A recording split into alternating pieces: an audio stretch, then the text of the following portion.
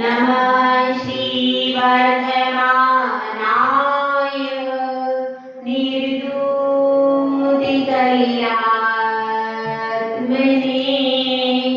सालोकानां त्रिलोकानां यद्विद्या दर्पणायते यद्विद्या दर्पणायते। पंच परमेश्वरी भगवान की परम पूज्याचे श्री आदि सागर जी महाराज की परम पूज्याचे श्री मावी कीर्ति महाराज की परम पूज्याचे श्री विमल सागर महाराज की परम पूज्याचे श्री तपस्वी शरण सन्मति सागर महाराज की परम पूज्याचे गुरु सुंदर सागर महाराज की अहिंसा में विश्व धर्म की जिनवाणी माता की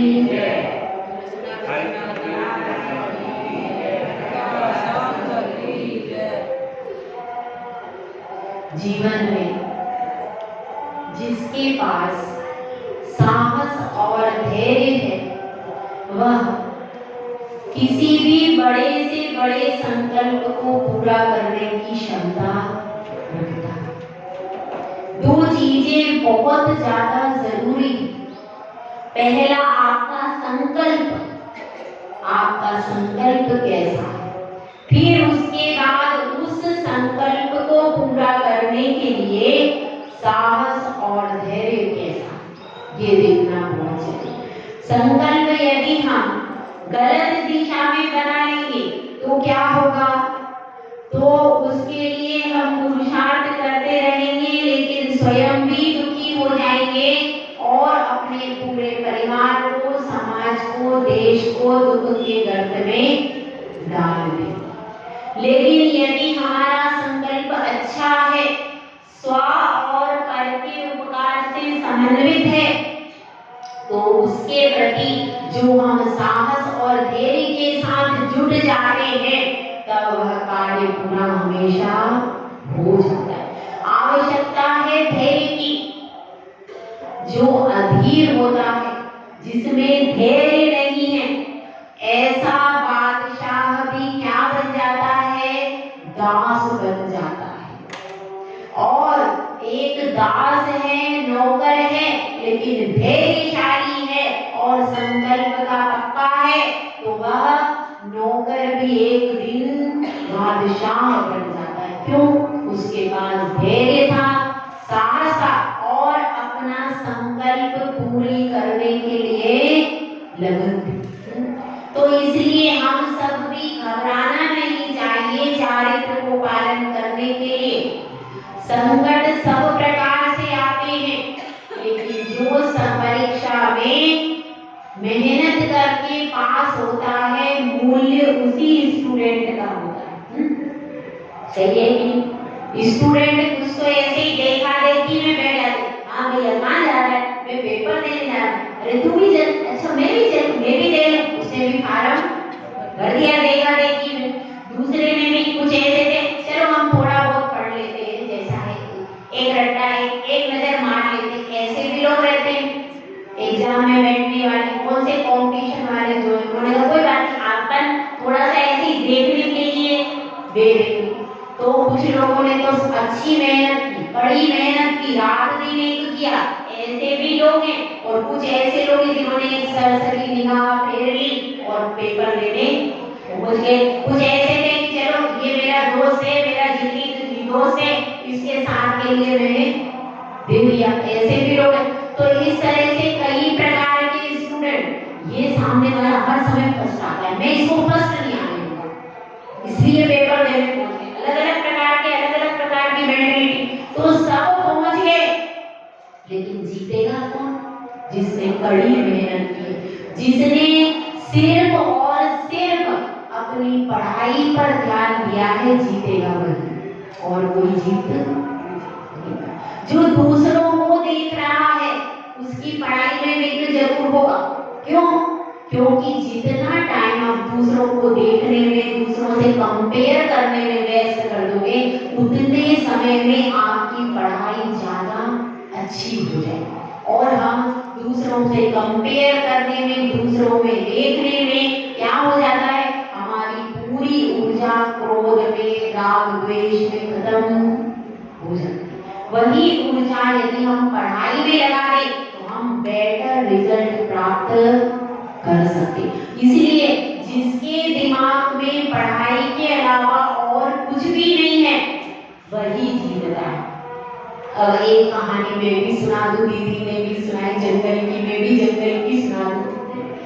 जंगल की कहानी है, प्रसिद्ध है, आप सबको याद होगी कि अर्जुन, अब दुर्योधन ने द्रोणाचार्य से प्रश्न किया कि आप तो अर्जुन को बहुत ज्यादा चाहते हो, मुझे आप चाहते ही नहीं, आपको कितने सारे शिष्य हैं, सब राजकुमार हैं, सब योग्य हैं, सब विद्या का अभ्यास करते, लेकिन फिर भी आप अर्जुन को ज्यादा स्नेह करते, मुझे नहीं करते, तो ऐसा क्यों?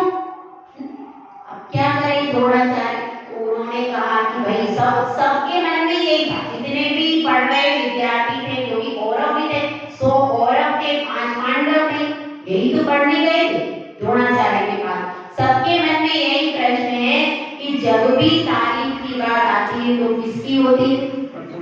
अर्जुन की। जब देखो, जब गुरु जैसे अर्जुन आता है, गुरु का चेहरा एकदम खिल जाता है, एकदम मुस्कुराने लगते। हम लोग कितना ही कर ले, लेकिन अर्जुन का भाई ये सब क्यों? तो अब उन्होंने कहा चलो अपन सब जंगल में चलते। जंगल में गए, अब उन्होंने एक पेड़ दिखाया और कहा भैया इस पेड़ पर एक कपड़े की चिड़िया बना करके रख दी।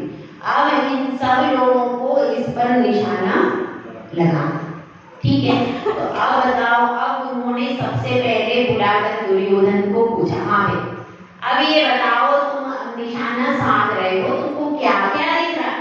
तो उसने बताया सब कुछ दिख रहा है गुरुदेव, पेड़ भी है, पेड़ में फल है, पत्ते है, पुष्प है, चिड़िया है, सब कुछ है, ठीक है। उसके बाद सबको एक एक करके बताते रहे। किसी ने कहा मुझे डाली दिख रही है, किसी ने कहा मुझे फल दिख रहे, किसी ने कहा पत्ता दिख रहा है, किसी ने कहा तना दिख रहा, सबने सब कुछ बता दिया। उसके बाद अर्जुन की बारी है।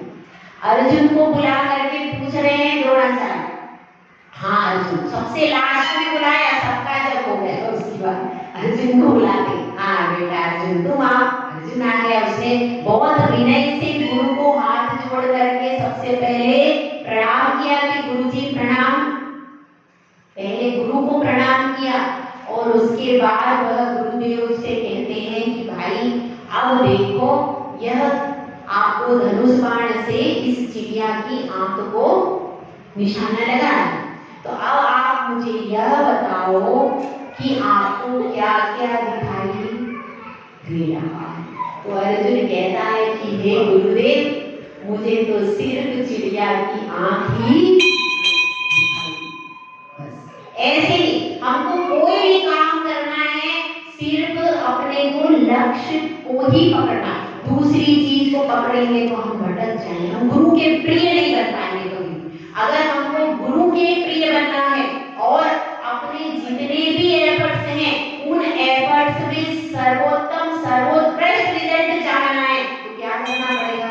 उसी चिड़िया की एक आंख को पकड़ना पड़ेगा।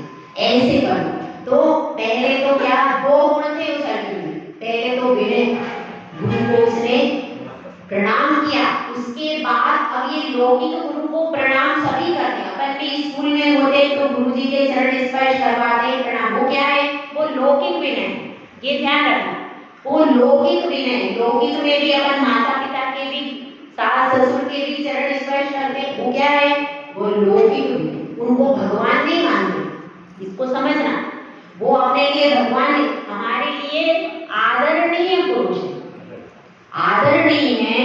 उन्होंने अपने जीवन में बहुत संकट झेले और हमारे लिए आदरणीय। इसी प्रकार से शिक्षक भी, जिसने हमें दान दिया शिक्षा का, हमारे बच्चों को बताओ पढ़ा करके कितनी मेहनत करते हैं, शिक्षक की मेहनत है कि मेहनत है, तो उसका उपकार है। तो उसके उपकार के स्मरण के लिए यदि उसे नमस्कार किया जाता है तो वह केवल उसके उपकार का स्मरण है, वह देव शास्त्र गुरु के योग्य नहीं है, उसकी तुलना नहीं, वो तो एक सामान्य प्रणाम है, सामान्य जय जिनेन्द्र, ठीक है? तो अब उसमें एक तो उन्होंने बताया, देखो अर्जुन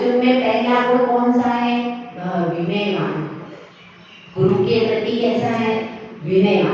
दूसरी चीज क्या है, जो उसको बता दिया बस वह वही करना है, ये भी बात हो।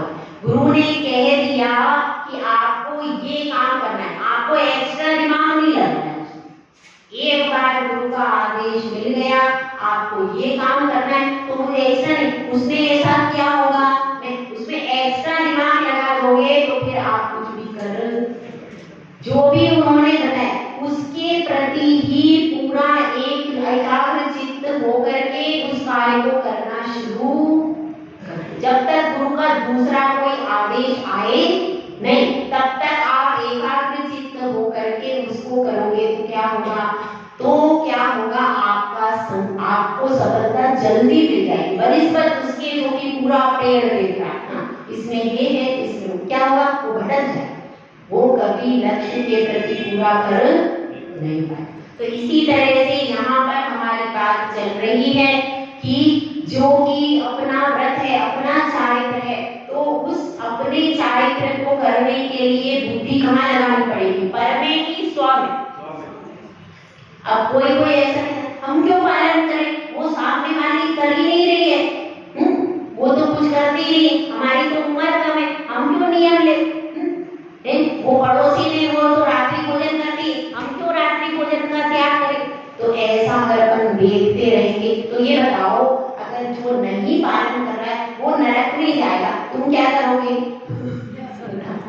वो नरक में जाएगा तो तुमको भी जाना पड़ेगा कि नहीं। तो इसीलिए अपने आप को, जिन धर्म दूसरे को सुधारने के लिए कि अपने को, हाँ अपने को सुधारने के लिए जिन धर्म में आए, पर को सुधारते सुधारते हमारा अनादिकाल से हम क्या कर रहे हैं, अनादिकाल से पर को सुधारते रहे। इसीलिए पंचम काल में यहाँ पर आए। अगर अपन समझदार होते तो अभी ना कभी किसी न किसी तीर्थंकर के पीछे उनकी वाणी सुन करके अभी तक चले गए होते। अपन सब मूर्ख व्यक्ति है जो यहाँ पर बैठे, लेकिन अब कुछ मिला, यदि अब भी नहीं चेत पाए तो फिर आगे कोई भरोसा नहीं है। ठीक है, तो इसलिए आप अपनी परिणति को आज से ही सुधारने का प्रयास शुरू कर दें। अब हमारा क्या चल रहा था, देशावकाशिक व्रत चल रहा था, जिसमें हम रोज के रोज 1 घंटे की, 2 घंटे की, 48 मिनट की थोड़ी थोड़ी मर्यादा बना करके और क्या करते हैं, अपने नियम को पूरा करते हैं। तो अब यहाँ पर उसके अतिचार बता रहे हैं। देखिए 96 नंबर की गाथा है, निकाल लिया आप लोगों ने। प्रेषण शब्दानयनम रूपाभिव्यक्ति पुद्गलच्छेपो देशावकाशिकस्य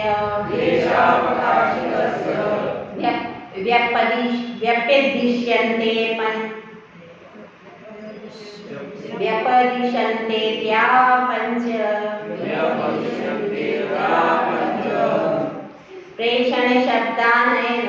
प्रेषण शब्दानयनम रूपाभिव्यक्ति पुद्गलच्छेपो देशावकाशिकस्य व्यपदिश्यन्ते त्या पंच। अब इसमें क्या कह रहे हैं, सबसे पहले प्रेषण मतलब भेजना, किसी को भेजना, वो क्या हो गया, प्रेषण। दूसरा क्या है, शब्द करना, मतलब बोल करके कोई काम करना, ये शब्द हो गया। उसके बाद आनयन मतलब बुलाना, ठीक है, किसी को बुलाना, ये क्या हो गया, आनयन। उसके बाद है रूपाभिव्यक्ति, अपने रूप को दिखाना, और पुद्गल छेप यानी कंकर पत्थर आदि छेपण करना, ये क्या है, ये देशावकाशिक व्रत के अतिचार बताए गए हैं। देखो अब इसको समझ लो डिटेल में। प्रेषण मतलब आपने मर्यादा बनाई थी, आज परतापुर के बाहर नहीं जाएंगे, तो आपने कहा कि हम अपने बेटे को बुलाया, देखो मेरा तो त्याग है, तुम ऐसा करो, तुम किसी नौकर को भिजवा दो और ये सामान वहां से मंगवा लो। क्या हो गया? ये हो गया प्रेषण। किसी दूसरे को भेज करके आपने मंगवा लिया, आपकी आसक्ति कम नहीं हुई। यदि आपने नियम लिया है 1 दिन का 2 दिन का, तो कम से कम उस पीरियड में आप मत बोलो। बेटा अगर अपने बेस में मंगाता है तो आपको दोष नहीं है, ये ध्यान रखना। एक बात और भी है, अब जैसे कि साधु जी यहाँ बैठे हैं, ठीक है, अब साधु के पास कोई बाहर से सामान लेकर के आ गया, मान लो विदेश की कोई वस्तु लेकर के आ गया, ठीक है, अब साधु को दे दी, उनका चतुर्मास का नियम है कि नहीं है। अब विदेश की वस्तु आई, उनको दोष लगेगा कि नहीं, आप बताइए।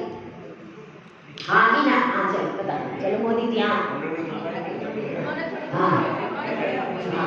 उन्होंने, हाँ बहुत अच्छा आंसर है, साधु ने मंगवाई नहीं है, वह अपने उपयोग के लिए सामग्री लाया था, उसमें एक वस्तु साधु के लिए उसने दे दी, तो उनको कोई दोष।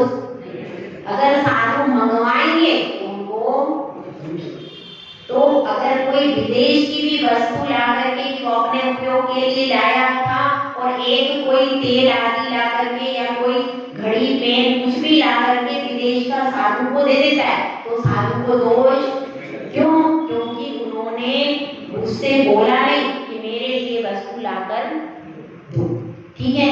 तो अब अपने को यह समझना है कि इसमें आपको किसी को भेज कर मंगवाना, जितने टाइम का आपका नियम, यदि आपने 2 दिन के लिए नियम लिया है तो उसमें आपने क्या किया था कि हम बाजार से कोई सामान मंगवाएंगे नहीं मंगवाए। तो अब आपने फोन किया, ये तो पहला हो गया, किसी को भेज करके वस्तु मंगवाई, ये क्या हो गया? प्रेषण। यह प्रेषण नाम का अतिचार हो गया। दूसरा अतिचार है शब्द। शब्द मतलब अब वो शब्द पे ही सारा कारोबार चल रहा है आजकल। प्रेषण तो सब खत्म हो गया। मोबाइल से आपने क्या किया? फोन किया, हाँ भैया मार्केटिंग चल रही है बहुत जोरदार मोबाइल, तो मोबाइल से फोन किया कि आप ये वस्तु, ये बैग मुझको चाहिए, तुरंत डिलीवरी दे दो, तुरंत भेज दो। ये क्या हो गया? ये शब्द नामक अतिचार आपको, भले आप गए भी नहीं, किसी को भेजा भी नहीं, लेकिन फोन करके मंगा लिया सामान या किसी को बुला लिया कि आप तो आ ही रहे, हमें आ ही रहा, तो ठीक है मेरे लिए ये सामान लेके आ जाओ। अतिचार बराबर लगेगा। भले कोई व्यक्ति वहां था, वो आ रहा था, लेकिन आपने क्या कहा? आप आ रहे हो तो मेरे लिए सामान खरीद करके ये ऐसा लेके आओ। ये क्या हो गया? ये भी अतिचार ही है, ठीक है। तो इतने 2 अतिचार समझ में आ गए। प्रेषण में अपनी बहू को, बेटे को, नौकर को, किसी को भी भेज करके मर्यादा के बाहर, जो आपने मर्यादा बनाई थी उस मर्यादा के बाहर की वस्तु को मंगवा लेना, ये क्या हो गया? प्रेषण। और फोन करके हमने कह दिया कि ये वस्तु आप खरीद करके ले आओ, मुंबई की वस्तु थी, और हमने फोन करके मोबाइल से कह दिया कि आप ये वस्तु लेकर के आ जाओ। और ऐसा भी हो सकता है कि आप अपनी दुकान की चाबी बेटे को दे करके गए और वह आपको पता भी है कि आज बेटा जा रहा है, आज बेटा मार्केट से जा रहा है और वह सारी खरीदारी करने जाएगा, लेकिन आपने उससे कुछ भी कहा नहीं कहा, तो आपको दोष लगेगा। भले ही वो सारा काम कर रहा तो, लेकिन दोष आपको नहीं। क्यों? क्योंकि आपने उससे कहा नहीं कि तू सामान खरीदने जा, वो अपने हिसाब से जा रहा है और अपने हिसाब से करेगा, उसमें आपको दोष। जब तक आप खुद कहोगे नहीं, अब वो जा ही रहा था, देखो ऐसे समझदारी है, बेटा तो घर से बाहर जा ही रहा है, उसको तो जाना ही है खरीदारी, लेकिन आप पीछे से कुछ हल्ला लगाए, देखो अच्छे से खरीदारी करके लाना, क्या हो गया? इसलिए ऐसे काम नहीं करना। अगर आपने नियम लिया है तो क्या होगा, उस मर्यादा के बाहर का नहीं करना, शब्द के द्वारा हो गया। उसके बाद आनयन, बुलाना किसी को कि मेरा वो सामान है, आप वहां से खरीद करके ले आओ, बुला करके, और क्या करना, अब सामान मंगा लेना। और रूपाभिव्यक्ति, अनेक बताते हैं, बुलाना, बुला कर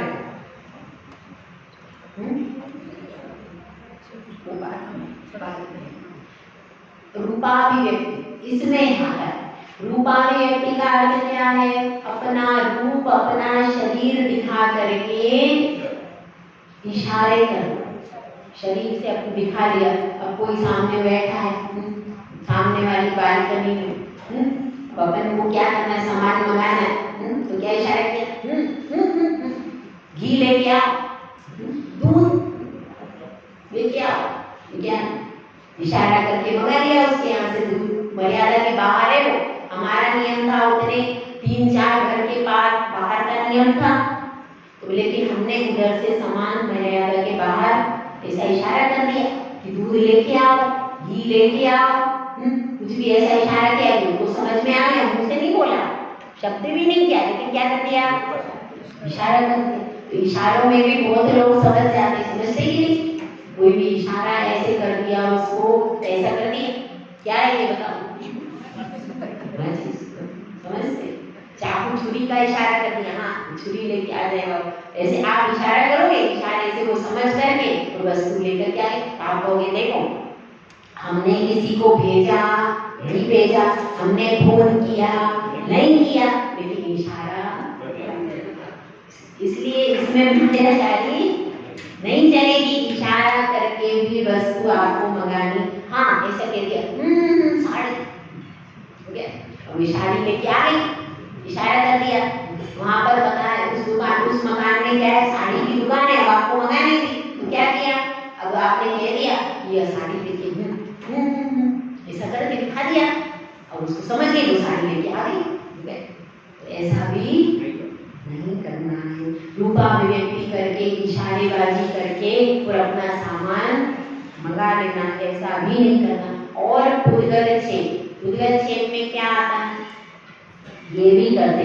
अब नीचे से कोई महिला निकल रही थी, और आपने क्या किया, ऊपर से कुछ उठा करके, बॉल या कोई चीज उठा करके उसके ऊपर डाल दी, उसने देखा ऊपर, फिर क्या हुआ, तो ऐसे ही उद्गल छेद करके उसको ऊपर बुला लिया आपने और अपना काम कर लिया। तो उद्गल कंकड़ पत्थर कहाँ फेंकना, जो आपने मर्यादा बनाई थी, आपने मर्यादा बनाई थी सामने वाले घर की, और तीसरे घर में अपन ने कंकड़ पत्थर फेंक दिए, तो उससे वो व्यक्ति आ गया और आपका काम हो गया। तो कंकड़ पत्थर फेंकना, बॉल फेंकना, कोई भी ऐसी चीज फेंक देना कि जिससे कि वह व्यक्ति हमारे पास आकर के हमारा काम करे।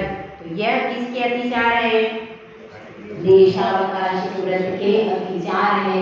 यदि आपने नियम लिया है तो इनमें से एक भी क्रिया को नहीं करना है। यदि हम करते हैं तो क्या होगा, अतिचार लग जाएगा। इसलिए इनको किसी को भी नहीं करना। ठीक है, समझ में आ गया? किसी को कुछ पूछना तो नहीं है? सब समझदार लोग हैं, यहाँ कोई कुछ नहीं पूछना। माता जी मौन से बैठे हैं भोजन करने के लिए, हाँ, उसमें तो अपन सीमा नहीं बांधते, कुछ चीज चाहिए तब इशारा करके मांगे, उसमें भी दोष लगेगा। भोजन करते समय आपने सीमा तो बांधी नहीं, तो क्या दोष नहीं लगेगा। पर सर्वोत्तम यही है कि अपन उस समय भी अपन ने मौन लिया। मौन क्यों लिया? मौन इसीलिए तो लिया कि एक तो हमें याचना नहीं करनी पड़ती है, दूसरे हमारे मुंह से कोई अपशब्द नहीं निकले। ठीक है, तीसरा चीज क्या है, हमारी आसक्ति भाव कम हो, इसीलिए तो मौन लिया कि भाई ऐसा नहीं हो कि गुलाब जामुन रखी हो, हम ये गुलाब जामुन लाओ, ऐसा तो नहीं दे। तो अपने को कम से कम इशारे करना चाहिए।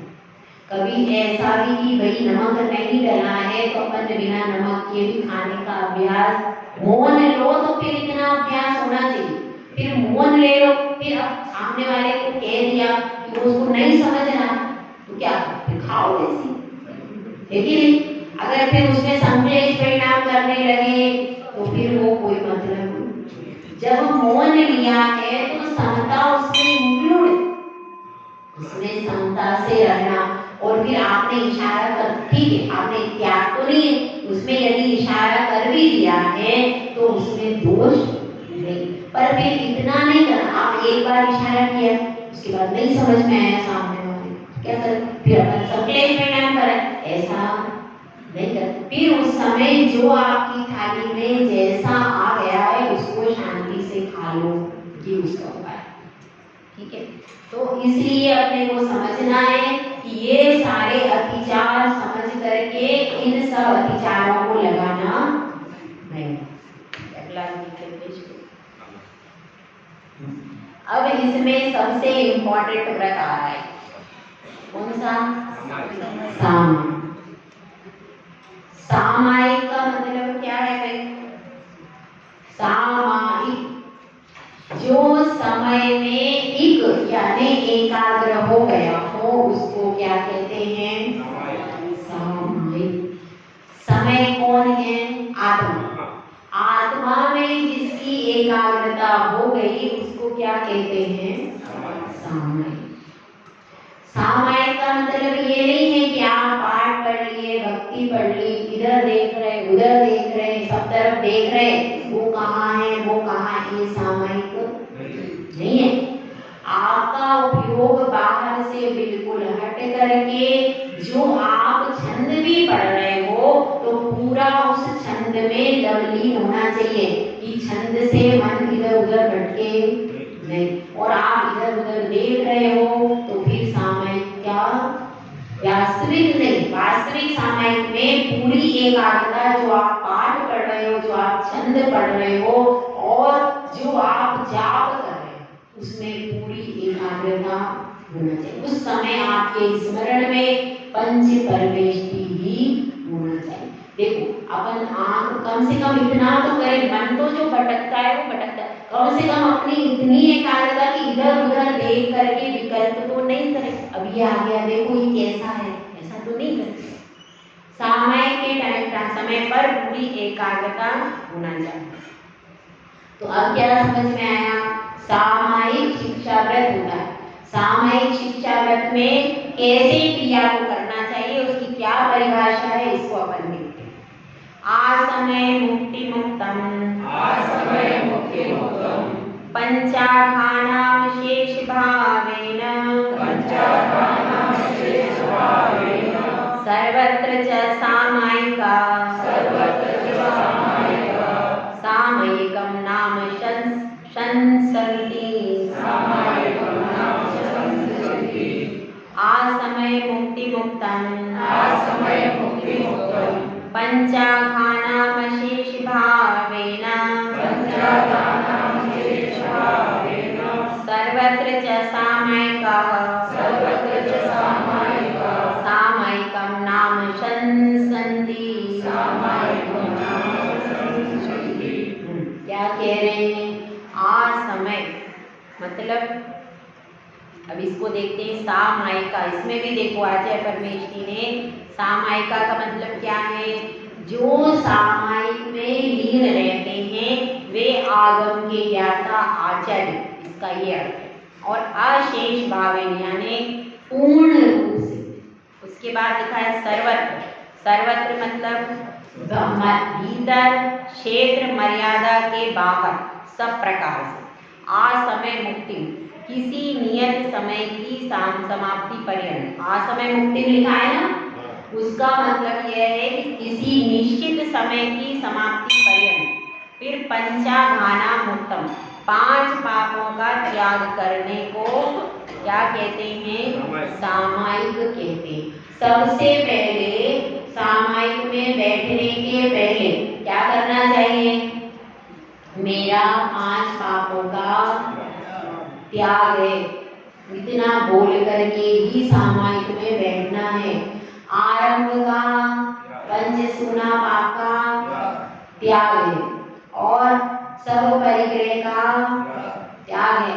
शरीर पर जो वस्त्र है इनको छोड़कर शेष सब वस्त्रों का, घर में जो पति पत्नी पुत्र पिता जो भी संबंधी गण हैं उन सब का मेरा त्याग। ऐसा त्याग करके घर में जो भी सामग्री है उस सब का कितनी देर तक, जितनी देर तक आप सामायिक कर उतनी देर के लिए सबका त्याग करेंगे तो विकल्प धीरे धीरे कम हो जाएंगे। इसलिए तो अब इसमें यही बताया है पूर्ण रूप से क्षेत्र वृद्धि मतलब कहाँ पर, अब अपना ये पूर्ण त्याग हो गया।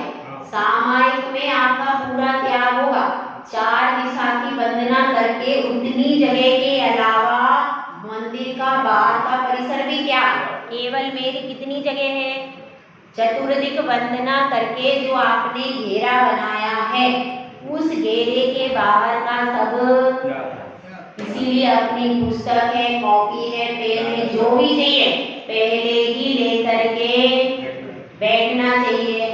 और फिर एक आसन का भी अभ्यास होना चाहिए। आपका 48 मिनट 30 मिनट जितनी भी देर आप सामायिक करो, कोशिश क्या करना चाहिए कि अपना आसन भी नहीं बदले। बार बार आसन चेंज करते हैं तो विकल्प आते हैं, इसलिए उस आसन को भले आप एक माला फेरो लेकिन आसन चेंज बीच में होना नहीं। तो सर्वोत्तम क्या है कि आपने 48 मिनट का परिमाण किया तो 48 मिनट के लिए आपको एक आसन, थोड़ा बहुत पैर आप इधर उधर कर लो पर आसन पूरा चेंज नहीं कर। लग रहा है कि पैर में है तो उसको थोड़ा सा अपनी जगह पे हिला दिया बस, लेकिन आसन को पूरा चेंज नहीं करना। तो ये क्या बता रहे हैं, यह बता रहे हैं कि पूरा आपका सामायिक में बहुत बड़ी स्थिति बनती है, बहुत बड़ी ऐसी स्थिति बनती है कि आपने पूरा परिसर छोड़ दिया।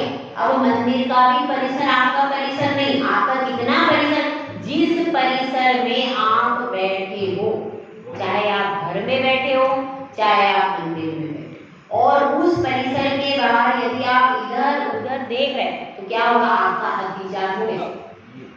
समझ में आएगा, क्योंकि आपने कितना नियम लिया था, चतुर्दिक वंदना जिस स्थान में मैं बैठा हूँ उसके अलावा मेरा सब स्थान का।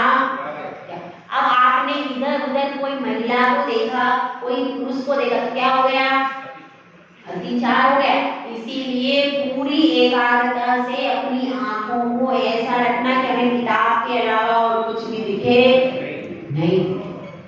अपनी पूरी एकाग्रता अपनी पुस्तक पर, अपनी जाप पर, अपने चिंतन पर ही होती है, उसको सामायिक कहते हैं। और क्या कह रहे हैं, सबसे पहले किसी नियत समय, अब आपको कितनी देर तक सामायिक करना है जिसका भी निश्चय आपको करना पड़ता है।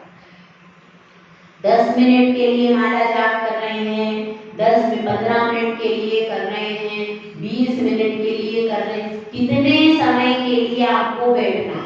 जिसका सामायिक शिक्षाव्रत होता है उसको तो कम से कम आधे घंटे की करना जरूरी है, कम से कम आधा घंटा उसको करना ही चाहिए, ठीक है। और उत्कृष्ट करना है तो कितनी 48 मिनट तक की सामायिक करना चाहिए। 2 समय तो कम से कम करना ही चाहिए, कब कब, सुबह और शाम।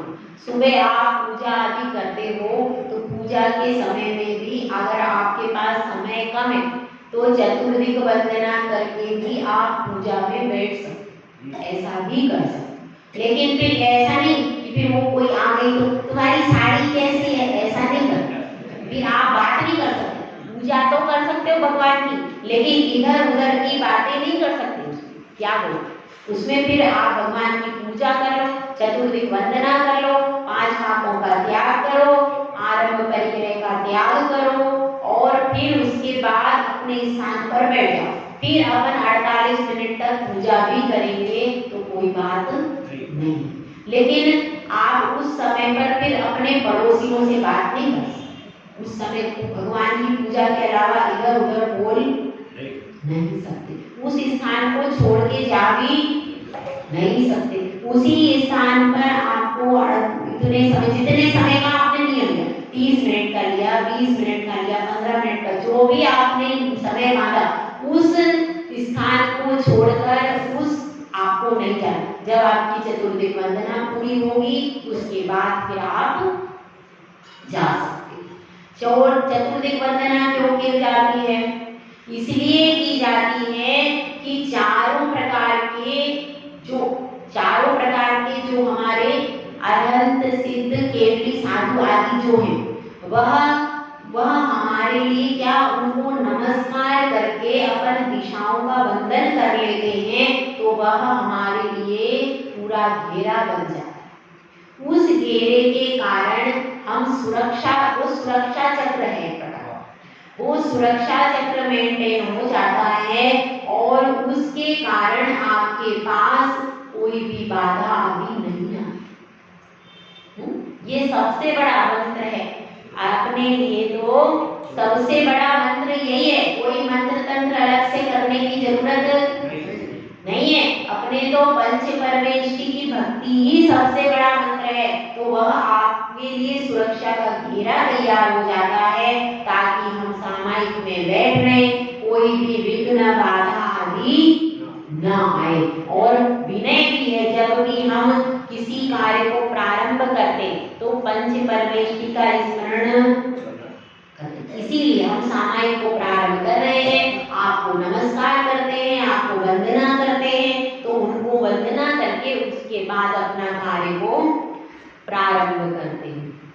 ठीक है, तो अब इस तरह से अपने को समझना है कि असमय मुक्ति मतलब किसी नियत समय की समाप्ति तक और 5 पापों का पूर्ण त्याग करके जो सामायिक की जाती है एकाग्रता पूर्वक हम जो भक्ति आदि करते हैं उसको क्या कहते हैं? सामायिक नाम का शिक्षा व्रत कहते हैं। तो अब अपने को यह समझना है, सामायिक तो हम कर रहे हैं लेकिन हमारे मन में कोई दुर्भावना उस समय पर नहीं होना चाहिए। कोई भी खोटा चिंतन, ऐसा पढ़ते हैं उसमें आता है आत्म रोग परित्याग तद्धि सामायिकम मता। किसको कहते हैं सामायिक? जिसमें आर्त ध्यान और रौद्र ध्यान का त्याग होता है, उसको क्या कहते हैं? सामायिक कहते हैं। आर्त ध्यान का मतलब क्या होता है बताओ? आर्त ध्यान का मतलब है संक्लेश करना। किसी के मरण हो जाने पर हम क्या करते हैं? जोर जोर से रोते हैं, चिल्लाते, वियोग होने पे, मरण होने पे रोते हैं कि नहीं? वो क्या है? वह सब आर्त ध्यान है। और रौद्र ध्यान कैसा है?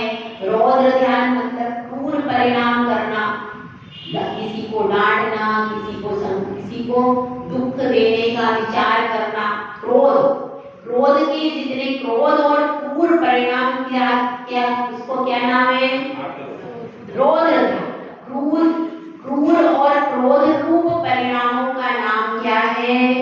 रौद्र ध्यान। और संक्लेश परिणाम का नाम क्या है? इतनी दोनों की परिभाषा। और भी आता है जीवे मरणे लाहे संजोग विपजोगेया बंधु रेयसो दुखादो समदा सामायम नाम। ये हम रोज पढ़ते हैं, इसका मतलब भी आप लोग समझो। जीवीय मरना लाभ, जीवन में, मरण में और लाभ में, अलाभ में। जीवन में कैसे? हमारा जीवन है, जीवन में कई सारे संकट आ रहे हैं, तो अब हम सोच रहे हैं कि इस जीने से तो मरना अच्छा है। क्या सोच रहे? ये क्या हो गया? ये सामायिक का विचार हो गया। ऐसा नहीं सोचना। तो चाहे जीवन हो चाहे मरण आ गया, अरे मुझे तो अभी और बहुत सारे काम अधूरे पड़े। काम होती थी, कौन से अधूरे पड़े? अब मरण समय आ गया, हाथ पैर चल नहीं रहे, तो मोदी जी कह रहे कि नहीं मेरे को अभी वो काम करना रह गया, तो वो अभी मैं करता हूँ। ऐसा मुझे नहीं मरना। जब आपका आयु काल आ गया है उसी समय आपको मरना पड़ेगा। अपन ये जानेंगे कि हम अभी नहीं मरेंगे तो हो जाएगा क्या? वह तो मौत कभी भी आके आपको ले जाएगी। आप उससे कितना ही कहोगे कि रुको 5 मिनट, वो रुक जाएगी क्या? नहीं। जितना आयु कर्म है उसके बाद जब की आयु पूरी हो गई तो वो 1 सेकंड के लिए भी रुकेगी नहीं रुकेगी। इसीलिए कहते हैं कि द्वारे पर हाथी बंधते थे, हीरे की लटकी थी लड़ियां, मौत ने खोला जब दरवाजा, पहना भी उनको हथकड़ियां। ऐसी स्थिति है। तो इसलिए हमको यह समझना चाहिए, देखिए जीवन में, मरण में, लाभ में, अलाभ में और जीवी लाहे विपजोगे, मतलब संयोग और वियोग में। संयोग हो जाता है, किसी का इष्ट मित्र का संयोग हो जाता है तो हम क्या हो जाता है, खुशी में इतने ज्यादा खुश हो जाते हैं कि भगवान को भूल होता है, इतने खुश हो जाते हैं, अब उसी में रह जाते हैं। नई नई किसी की शादी हो जाती है तो कितने दिन मंदिर आता है, नहीं आता, उसी में रह जाते। किसी के घर में नया बालक हो जाए तो उसी में बालक में लग जाते, नया नया विवाह होता है तो उसी में रह जाते, फिर वो धर्म को भूल जाते। किसी की बड़ी नौकरी हो गई, बड़ा मकान बन गया, वो गाड़ी घोड़ा आ गए तो क्या होता है, उसी में धन संपत्ति के उसमें सब कुछ भूल जाता है।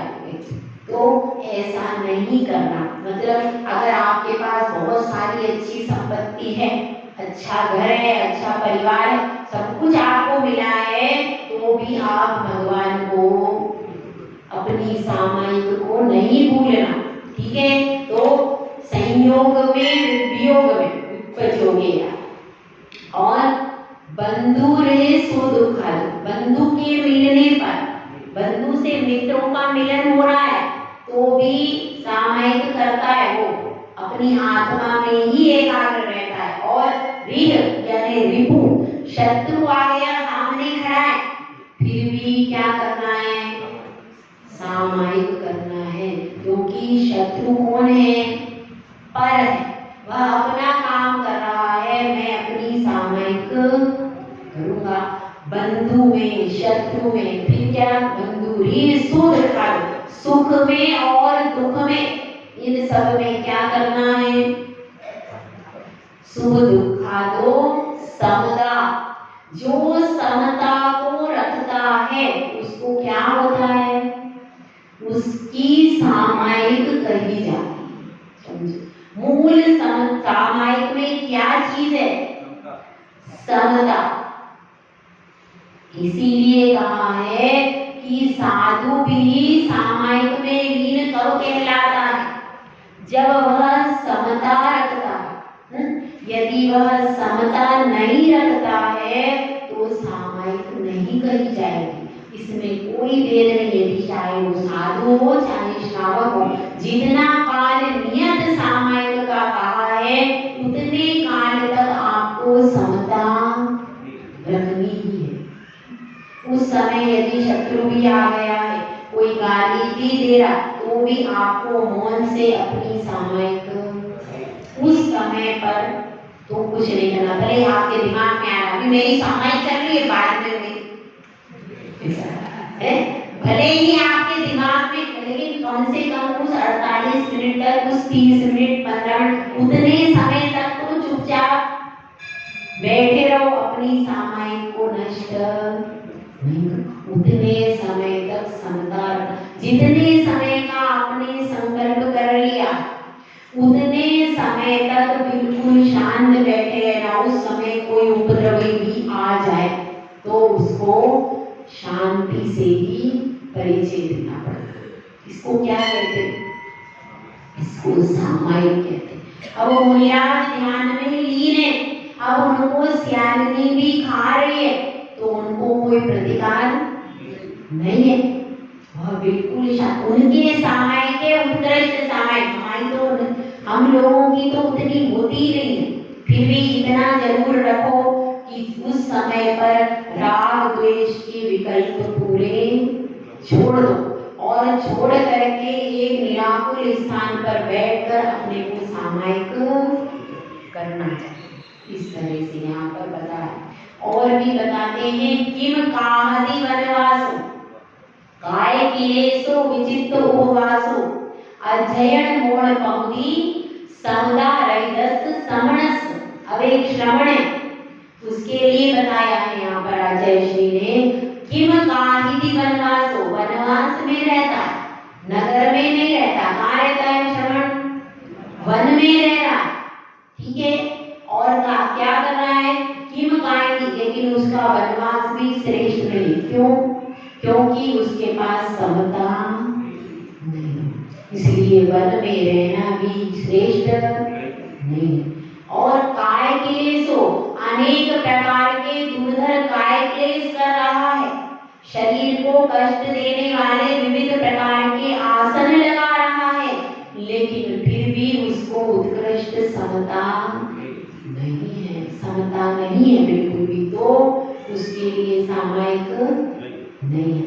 फिर कुछ विचित्र उपवास, विचित्र प्रकार के उपवास कर रहा है, पांच उपवास एकाहार, 6 उपवास एकाहार, ऐसे कठिन कठिन बहुत प्रकार के व्रतों को कर रहा है, श्री निष्क्रियत आदि बहुत प्रकार के व्रत कर रहा है, लेकिन उसके पास समता नहीं है, तो उसका भी कोई मूल्य नहीं है।